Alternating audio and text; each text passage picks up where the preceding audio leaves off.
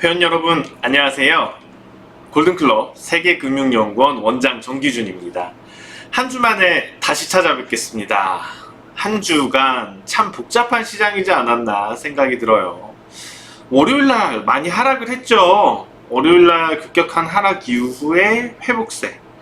그렇지만은 그 회복세가 막 강하지만은 또 않습니다.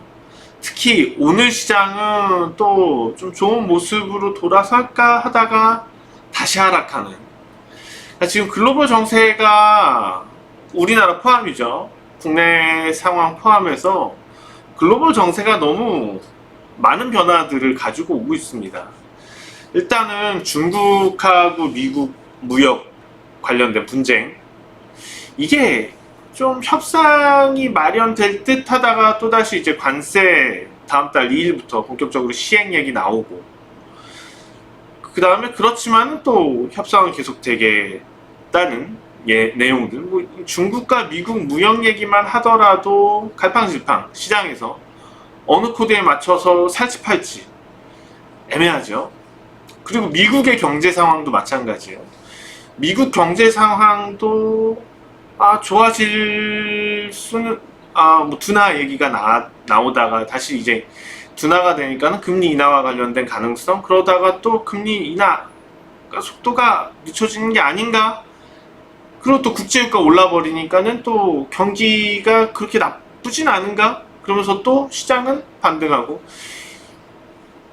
영국 문제도 마찬가지예요. 영국 브렉시트 관련돼서도 계속해서 이게 우려들은 있는데 해결되는 것들은 또 없고, 한일 관계 문제들 계속해서 나오는 이슈고, 또 국내 정치적인 상황, 국내에서 외교적인 상황들, 사실 시장 내적인 부분들이 아니고 외부적인 변수들이 계속해서 시장의 흐름들을 실시간 좌우시켜요.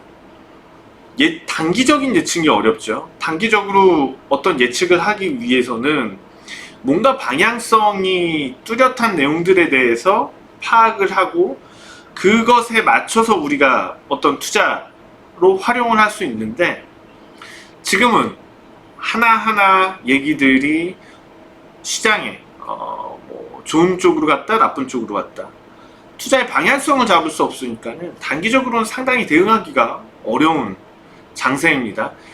잘못 대응하다가 올라갈 때 따라가고 내려갈 때 팔아버리고, 시장 시세는 계속 반대로 가고, 엇박자 타다가 매매만 늘어나 버리면 손실만 커지고, 박자 한번 잘못 놓치면은 계속해서 흐름 때문에 손실만 더 이어질 수 있는 그러한 장세예요. 여기까지, 인트로는 여기까지 하고요. 본격적으로 시장 코스피 지수 보면서 계속 말씀 나눌 텐데요. 코스피 지수를 보시면은 물론 하락했을 때처럼 차트를 좀 길게 놓고 키워서 보면은 불안해요. 아직도 불안해 보이는 모습은 맞죠. 그렇지만은 장기적인 지지력이 될 수 있는 가격대들을 보면 실질적으로 기술적으로는 바닥권 내에서의 흐름은 맞는 것 같아요. 근데 이 바닥권이 어디서부터 어디까지를 바닥권으로 규정하는 문제가 있을 거고, 만약에 그 바닥권이 크다면, 바닥권은 우리가 지금 차트를 보시면 한 이 정도로 잡을 수도 있지만, 채널을 크게 잡는다면 이렇게도 잡을 수가 있거든요. 그럼 이렇게 큰 채널에서 바닥권을 잡으면은 지수가 1700선대에서 2100선까지. 자, 이제 어떻게 보면 차트 분석의 한계일 수밖에 없는 부분이죠. 그림을 어떻게 보고 어떻게 선을 그리느냐에 따라서 달라집니다. 차티스트들이 실패할 수 있는 원인, 그러니까 결론적으로 길게 갔을 때 차티스트들이 많은 실패를 보는 이유가 그런 점들입니다. 우리가 기술적인 분석이라는 것, 어떻게 보면은 여러가지 주식시장에 미치는 변수들에 대해서 주관적인 판단을 하지 않고 과거 데이터들의 예전 과거 데이터들의 확률을 따져서 그것을 향후 미래에 적용을 시켜서 판단한다는 거죠.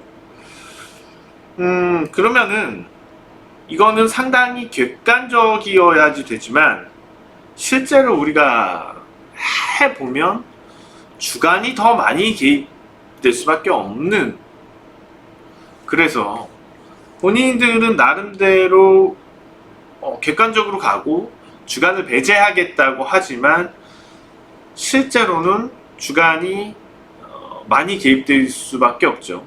자, 그럼 이런 맥락에서 시스템 트레이딩이나 과거 통계, 그러니까 통계대로만 매매를 하는 시스템 트레이딩을 얘기를 하자면,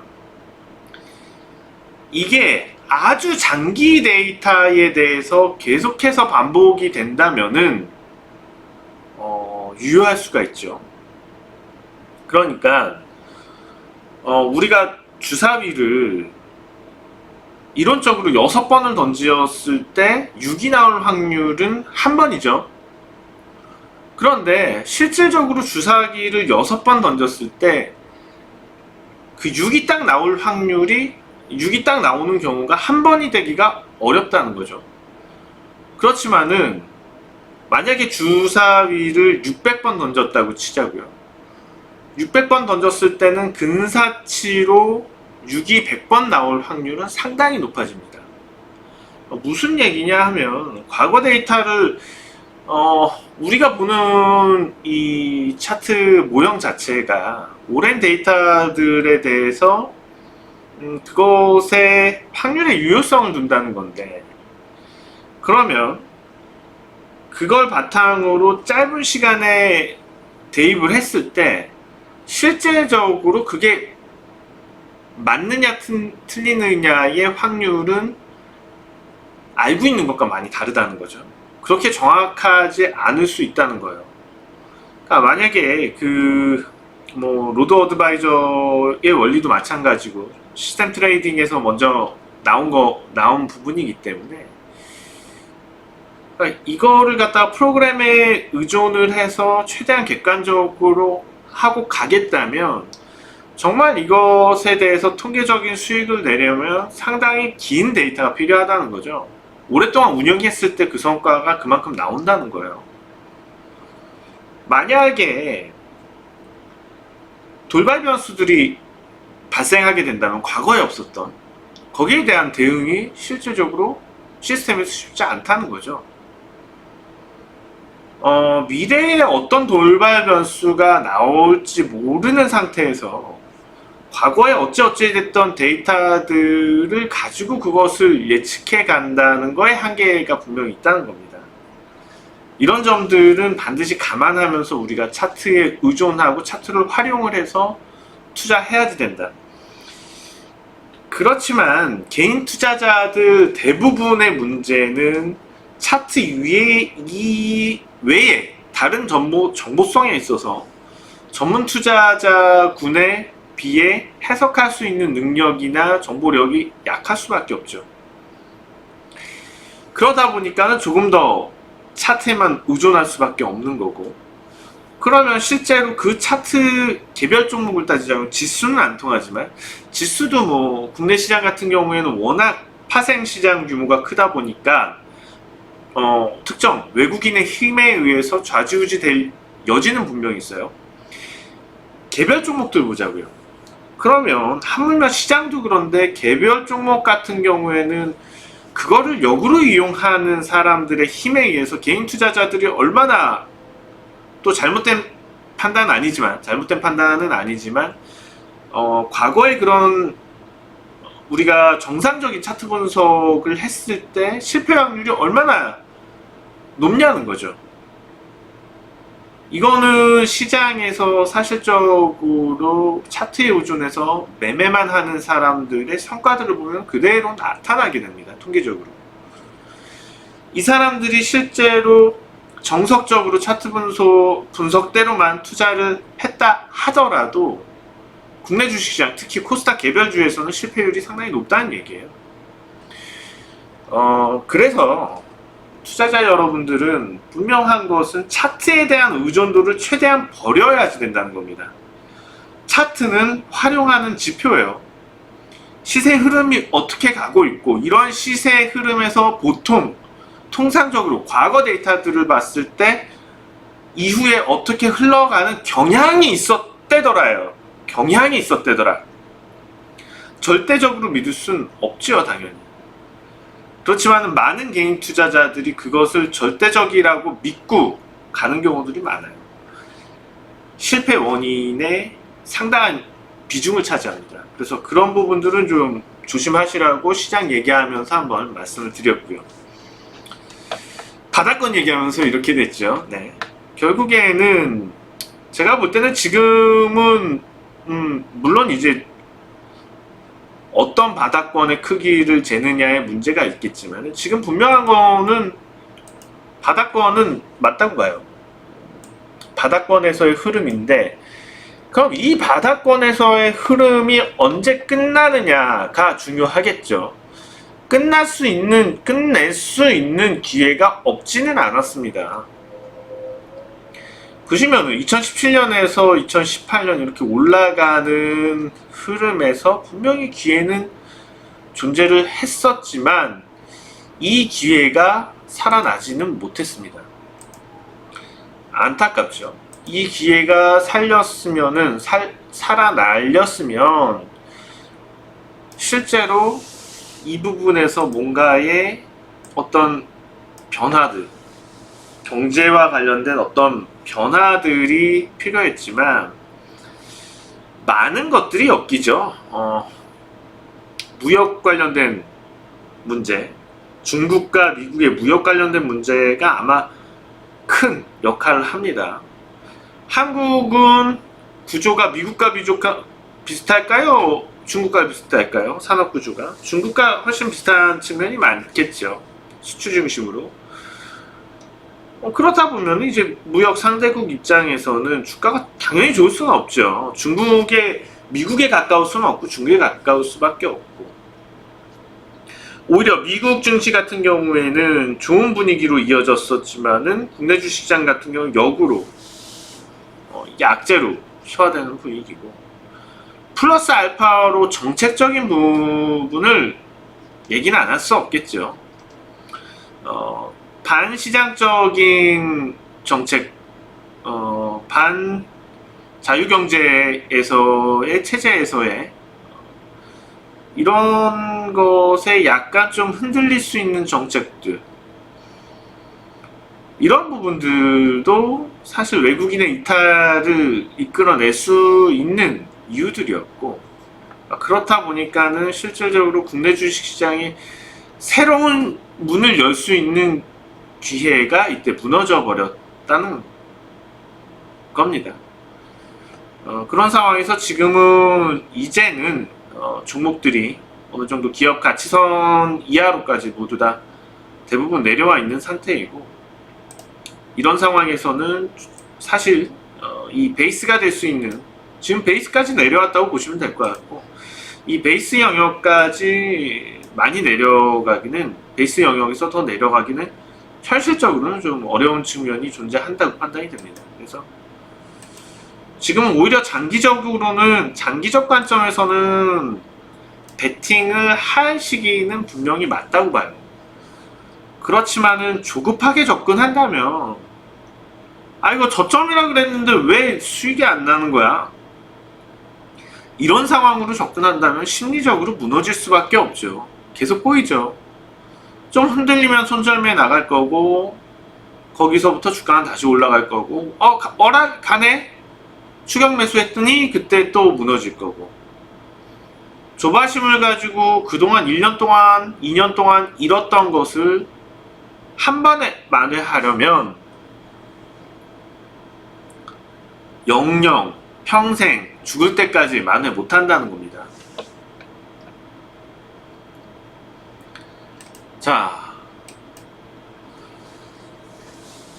물론 이제 제가 골든클럽 연구원장으로 있으면서 팀장들 비롯한 팀원들하고 많은 이야기들이 있었겠죠. 많은 연구들이 있었고, 우리의 운용 방침, 약세장에서의 운용 방침 철저하게 물리면 안 되고 물리지 말아야 된다는 겁니다. 지금 실질적으로 2년 동안 투자자들이 운용을 하면서 가장 큰 문제는 살아남지 못한 투자자들. 우선은 나중에 어떻게 됐던 살아는 남아야 되잖아요. 그런데 짧은 시간에 뭔가 어떤 걸 너무 큰 욕심들 때문에 기회조차도 다 잃어버린다는 거죠.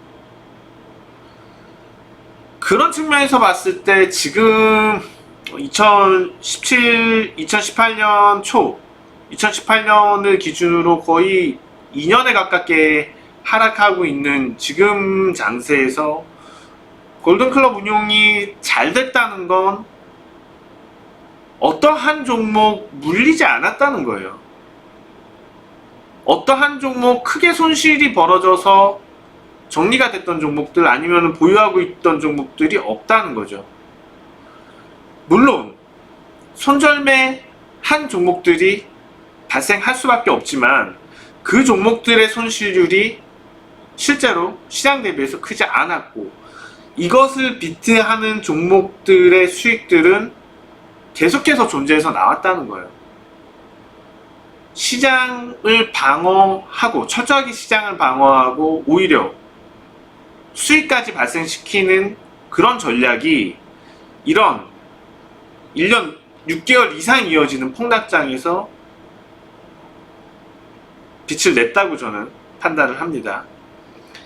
자, 그러면 지금 살아날 수 있는 우리가 살아남은 입장에서 분명히 그동안 수익 못 냈던 투자자들도 있을 거고 어느 정도 손실을 안고 가는 투자자들도 존재할 겁니다. 그렇지만 우리는 그럼에도 불구하고 살아남아 있기 때문에 앞으로 어떻게 공격을 해서 가야 될지 명확하게 가야 된다는 거예요.